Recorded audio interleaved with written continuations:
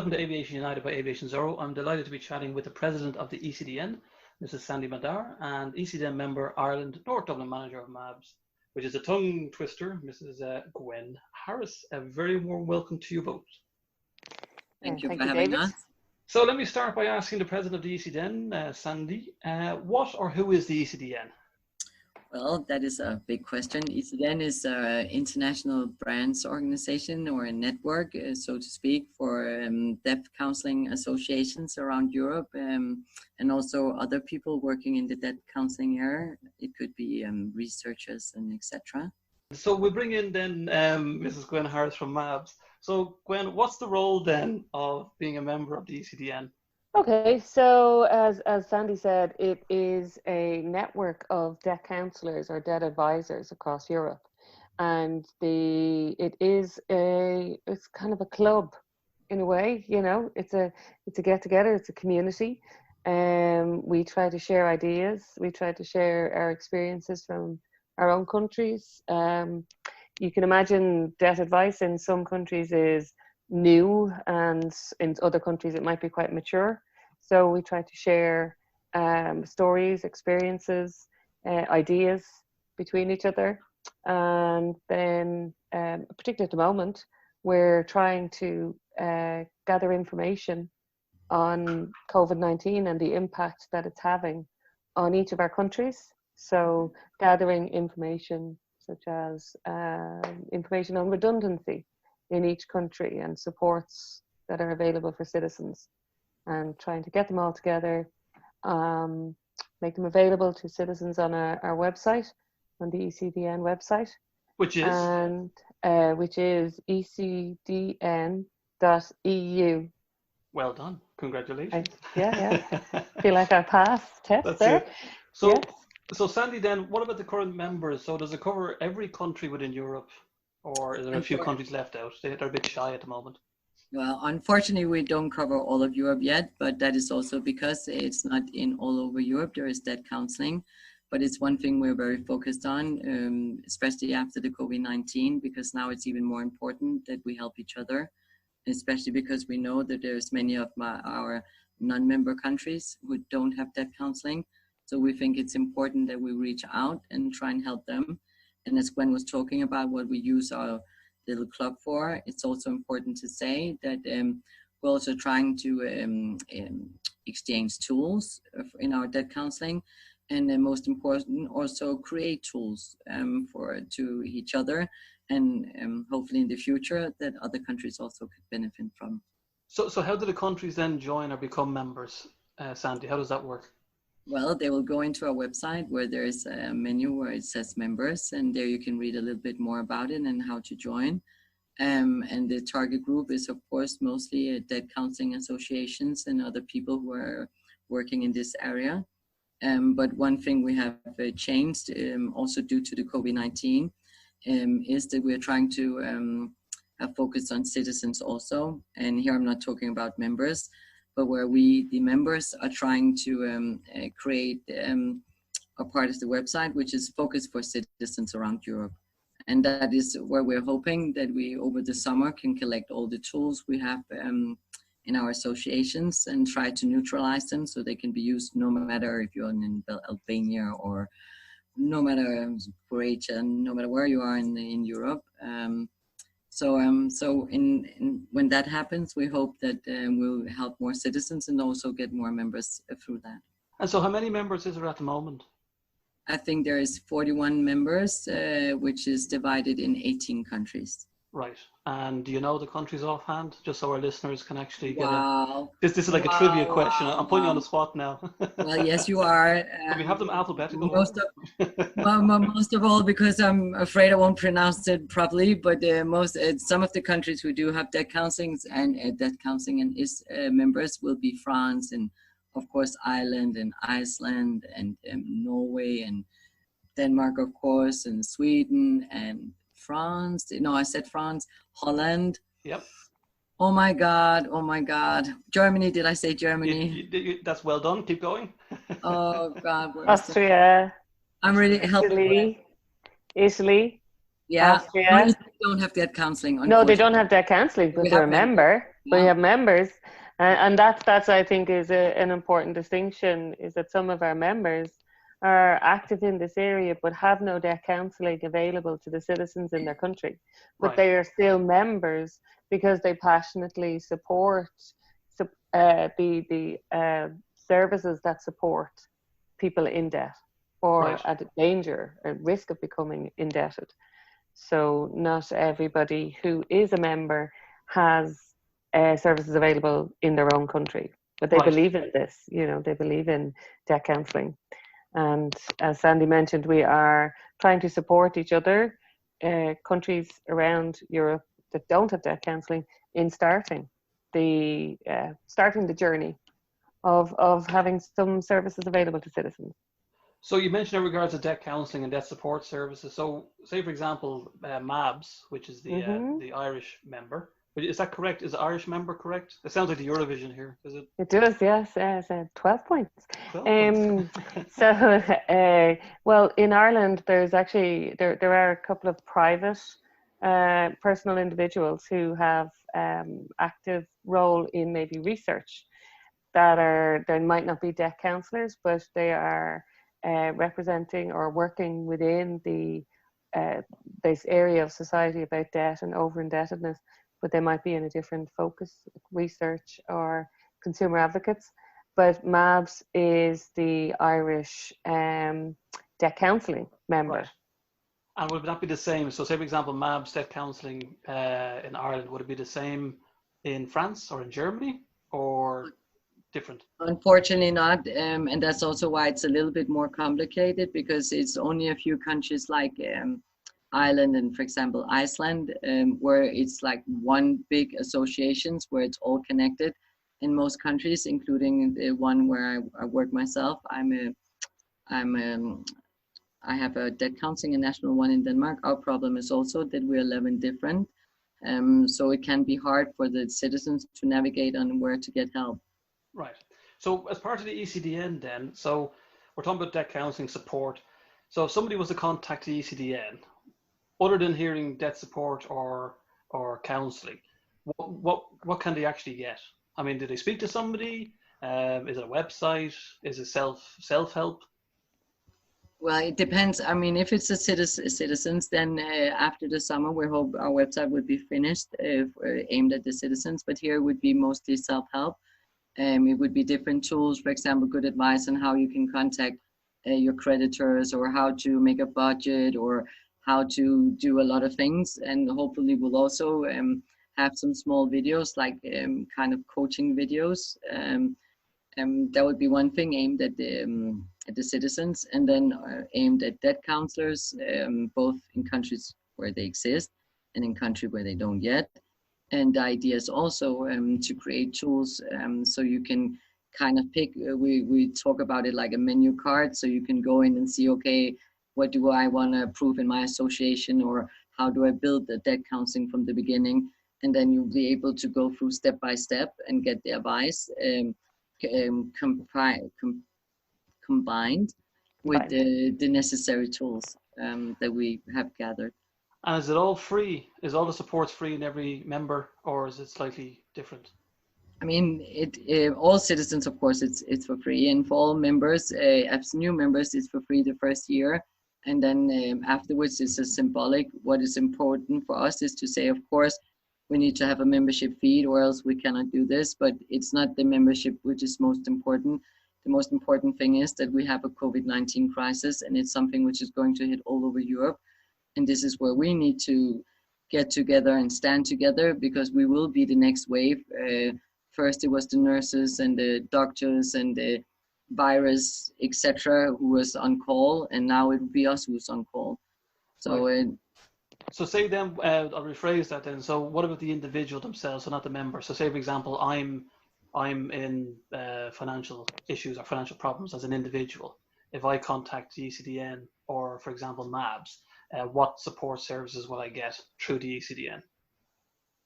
I can answer for ECDN, and then Gwen can answer for MABS. Yep. Hopefully, we are hoping that, because we we're not an association with a lot of money. We hope that we will build our website good enough so there would be all the help tools you need. But of course, if you still cannot navigate or you need advice, then we hope to be able to answer all the emails we get. But that is what we can do so far. And for Gwen?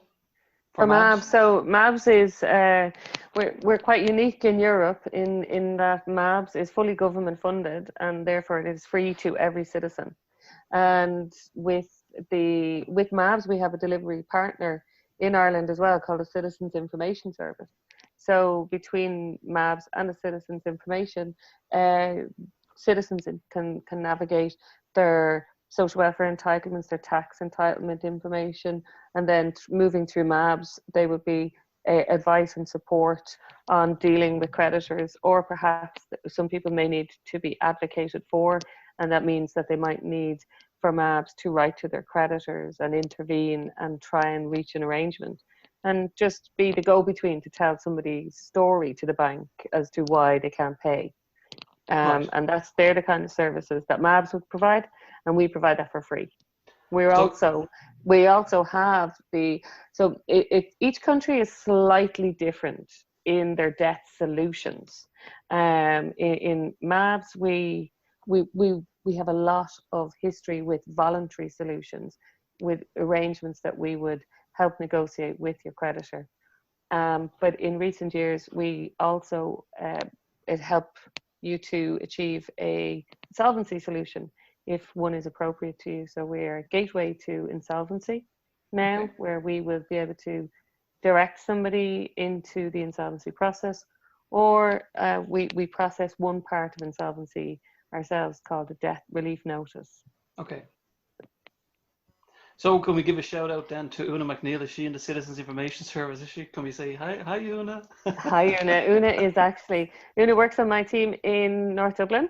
We work together, and Una has been working with David doing some little podcasts or blogs over time. Yes. So, but MABS has developed. I suppose COVID-19 and any crisis will bring out the best in everybody. In a lot of ways, we become quite inventive. So right. For MABS, we have traditionally, our work is face-to-face. It's sitting with somebody, sitting in the room, forming a relationship of trust and discussing, reading things with people, you know. And obviously, COVID-19 had to put a stop to that for quite a while. And we've had to reinvent how we deliver, as have my colleagues around Europe. So with MABS, we have moved to phone or email, letters, you know, supporting people. But we've been open all the way through, but just not an open door to come in and sit in a room with me. Yes. But one of the other things that we have done is, and I think we spoke about the government packages, not just in Ireland, but across Europe, the government support packages, be it through mortgage payment breaks or financial supports, have been quite good. And what it has meant is, and thankfully, many citizens haven't found themselves in a really dire situation very quickly because they have government supports, right, where they will come to an end. And this is, I suppose, what myself and Sandy have been talking about quite a lot recently, is that when the government supports come to an end, the citizens will all have problems and difficulties, financial difficulties at the same time. So debt counselling will become extremely busy. And what we are hoping to do is to design some self-help tools on the website that people could start their journey now, yes, or soon, before the government supports run out, before the mortgage payment breaks are gone. You know, the people are doing a little bit of homework, a little bit of looking at their budget, thinking about things, and getting themselves to just into a conversation about, yes, their finances. So to be proactive. So generally, as you mentioned before, is that kind of once the government support finishes, be proactive, get the information as soon as possible, because as soon as the government sports do finish, everybody at once is going to be looking for a bit of help. Well, I think it's human nature to wait for somebody else to push you to make an action sometimes. And MABS in particular, I'm not too sure about our other countries and what kind of activities they changed during COVID restrictions. But what MABS have done is we took to writing a lot of blogs, which are quite nice, easy read of a self-help tool. Yes. For people, and there's different focuses, like how to pick a bank account, how to assess your budget, what is a budget, how to talk to your creditors. But they're written as a blog, and they're quite slow. And by slow I mean as in they're taking you time. Like there's some of them are in 2 sessions, and but they're written with not non-technical terms, right? Quite simple English, but not too basic, but just so that people could understand and navigate the steps that they need to take. Right. So here's my question in the boat, Sandy and Gwen, especially coming from an aviation background, and we have aviation listeners out there. The industry, like a lot of other industries, are going through a difficult time at the moment. What would you say to, say, hospitality, tourism, aviation industry professionals at this time, to kind of help them get through this difficult moment? Sandy? Well, first of all, I would follow up what Gwen just said. Is so important that you start already now to see what can you do. If, first of all, in your budget, is there any loans you can change? Is there anything? And this is more in the financial, because what is different from this crisis and when we had the finance crisis is the finance crisis, it hit us overnight. We didn't have time to prepare. This time we will have months to prepare, not only as debt counsellors, but also as citizens. So I think that is the most important. Go through all your financials and see what you can change there. And because it's aviation, and we all know that unfortunately that it will be changed for the next few years, then I also think it's important that you look on how can you get other things to fill your life. Is there other educations you can look at which is still relevant for where you want to go back to in the aviation, yes. Things like that. Gwen? What about yourself, Gwen? Pretty much the same, yeah. Now, if you're in Ireland, and if unfortunately if you're in an industry and you have been put on notice that perhaps you will be made redundant, the Irish government has a national website for redundancy, and we had a booklet, Gwen. We had a booklet that came out for redundancy. Tell them all about it.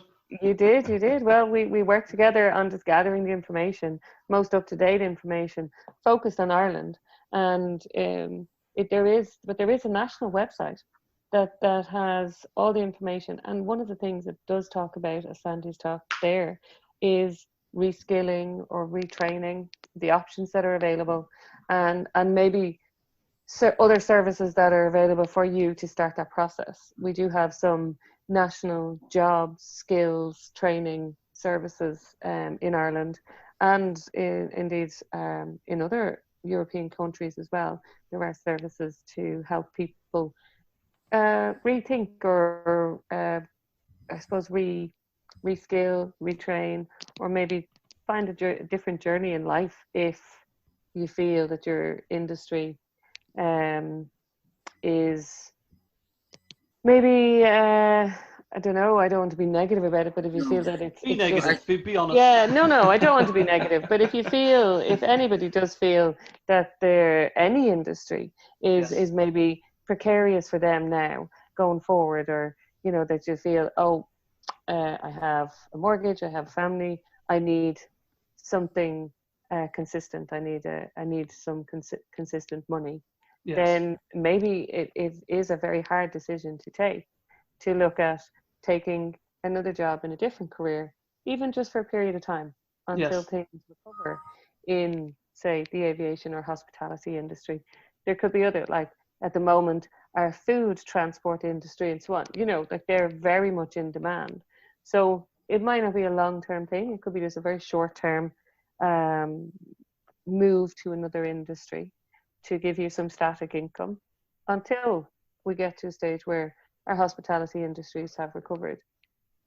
So it's not as I said, I didn't want to be negative, but it's not an end of road situation for the industry. It's just a bump in the road, a little pothole. We'll get back out of it, and the council will come and fix that pothole, and we'll be back on a bit of a smoother road. Well, that's good advice. I think even from my side is that for anybody listening to this is that, you know, it is tough at the moment. Fully understand what you're going through, and you know there is hope. There is light at the end of the tunnel. Yes. And as Gwen, as Sandy has said, the hardest thing probably for everybody at the moment is having that courage to actually reach out and look for a bit of help or support. But once you do it, you'll actually feel a lot better. And it's very, very, very important. I always say there's no shame on asking for help. It's more shame of not asking. It's so important because, as you just said, David, you'll feel better because you'll find out that maybe it's not so impossible to get through, because when people finally sit with the numbers, etc., then they get a better overview, so they can better cope with it, and that would also give more room to be able to maybe look in another industry or go back to school or whatever it takes. But what I think is most important is to keep moving and remember that this COVID-19 is something which happened to all of us. You know, and it's something we cannot do anything about. We just need to get the best of it. Spend more time with our family, reach out to friends, you know, all of these things. Also remember to enjoy life because, it's not all about finance. Sorry, Gwen, go ahead. No, I was just going to say, I think one of the things that Sandy has said that's quite important is when the 2008 financial crash exploded around the world, there was no preparation, and the governments at that point didn't have the options to put in some kind of supports. They didn't sit at the table with the banking industry, with the financial industry, and look for protections for the citizens. And now we have that this time. So it does give us just a little bit of time to catch our breath, sit and think, okay, well, what is coming up for me and my family, and what changes are definite, what changes are possible, and then what changes can I make? So it's just giving us a little bit of breathing space. But it's not, what I would really want to do is encourage anybody who is listening is not to wait until those government supports are gone to take action, that we can start looking now. Like if I was to look at my bank account in January and look at how many coffees did I have, and then all of a sudden I couldn't get a coffee. You're a big coffee drinker, Gwen, we know that. I'm a big coffee drinker, we all know that. But Nescafe went out of business when you stopped drinking coffee. I know, but I like to go out and meet my friends and, have something to eat, or just go out and just walk around a shopping centre, come home with stuff that I didn't need. And when those choices were taken away, or those options were taken away from me in March, and we had to obviously close our shopping centres and close our cafes, how many of them have I missed? What am I doing with that money since? My income hasn't changed. I've been lucky, but my outgoings did. In some ways they came down. My petrol reduced. As I said, my frivolous spending of just going and buying coffees and cakes or whatever, I want to bring them back in. Yes. And I've made that choice, that's an important thing for me, to meet my friends. And it's not a financial choice of saving now. It's me, and I look and I go, actually, I liked that. I did like that bit. I don't need to go to the shops and buy all the silly things that I bought, but I did like having the money to go, and I want to put that a bit by in my budget. So I've made a choice that I will be preserving that social piece. And I think COVID and the restrictions, it's one thing that it has taught me is how important that social piece is for me, and how important it is for all of us to have something put by. I think when people think about a budget, they think negative. They think, oh, they have nothing, no luxuries, no treats. But that is the point of a budget, is that we put in our treats and we have something to reward ourselves with. And, you know, you work hard, whether you're at home minding kids and running a house, or if you're out of the house working, you work hard and you deserve to put something by in your budget. So a budget is not a negative thing. It's just a plan, but it should be a plan that allows you to also build in some treats, some little reward for yourself, because it's good for your soul, good for your mental health. It's, you know. Does that include magnums? Do you like magnums? I love a magnum ice cream. They're a little bit expensive. Well, if that's what yours is, if that's what yours is, and you say, you know, I really want the magnums, yeah, absolutely. It's about building it in and saying, and that's why I was saying to people, look at your budget in January and decide what was in your budget in January that you want to keep and you want to put back in now that the shops are open and our cafes and restaurants are going to start opening in Ireland soon. And if you want to build that back in, do. But I'm sure if everybody was really honest, if we look at some of our spending in January and February, maybe all not so essential, you know? No, Sandy. So, no. No, definitely not. I don't even want to look at mine. But it's time now, Sandy, to look back at your budget. Look at your budget. No, I think, no, but it's share with the class. No, it's important that we have that time now, that we could look and say, okay, what do I miss? What do I want to bring back in? What did I spend that I don't miss and I don't need to bring back in? And they're the first fundamental choices of a budget, is deciding what you need in your budget and what you don't need. Can I just add on a positive note, just so our listeners, as I say, it's not the end of the world what's going on at the moment, you know, everything's very, very positive. We had a pilot, would you believe, got in touch with us, and through the hard work of Sandy from the ECDN and Gwen from MABS, we pointed them in the right direction, that they were so stressed, they were so worried, this individual in particular was so stressed and so worried, that once they reached out for that bit of help, they said their sleep, they were able to sleep better, their mood was changing to a more positive outlook. So the most important thing now at the moment is just, you know, if you can, it's very tough, reach out and just ask for a little bit of help if you can. So Gwen and Sandy, if people want to find the ECDN, our listeners, I'm not talking about your private accounts, for your Instagrams or your Facebooks, where can they find you? Other than the website, which is www.ecdn.eu. Are you on Instagram? Are you on Facebook? Are you on Twitter? Yeah, we are in the different ones, but you can access them through our website. Okay. And then MABS have quite a national presence, so we are MABS Info on Facebook, Instagram, Twitter, and LinkedIn. And are you updated daily? So say, for example, you know, on Twitter you have a tweet, I think it's called. So can somebody tweet you directly on the ECDN through Twitter or Facebook, or is it just better to go via the website? I'm so ashamed. I wish it's because I cannot remember, I think, the name of the website, because I just accessed through my phone. I'm so ashamed. Oh, don't be worried about it. We're going to shame you. I'm so sure it is just called the European Consumer Debt Network, but I'm not totally sure. But I want to share one thing with the class, as Gwen was saying. One of them was, when I started my debt counseling 20 years ago, I did it because I was I was over-indebted. And I used to be this strong girl, and I was not afraid of anything, and could kick in doors. And suddenly I was afraid of my own mail. I was afraid when the phone called, etc. And I'm not proud to say it, but 20 years later, I still have problems opening my mail, because it is something with my letters, which sticks to you. So it's so important that you reach out and you get that help, because it changed my life totally.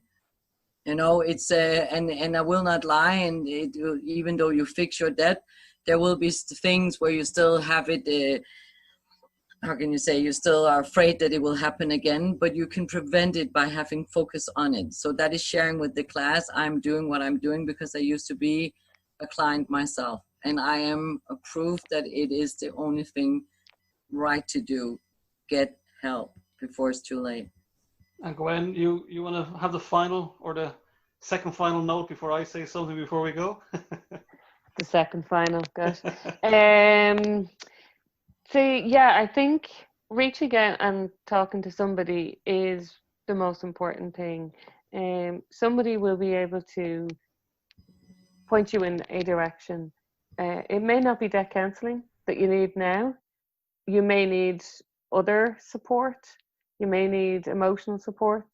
And so, reaching out to any of the debt counsellors or to MABS, we would have other contacts that we could give you if you were in need of a different support, a different emotional support at the moment, as well as debt counselling.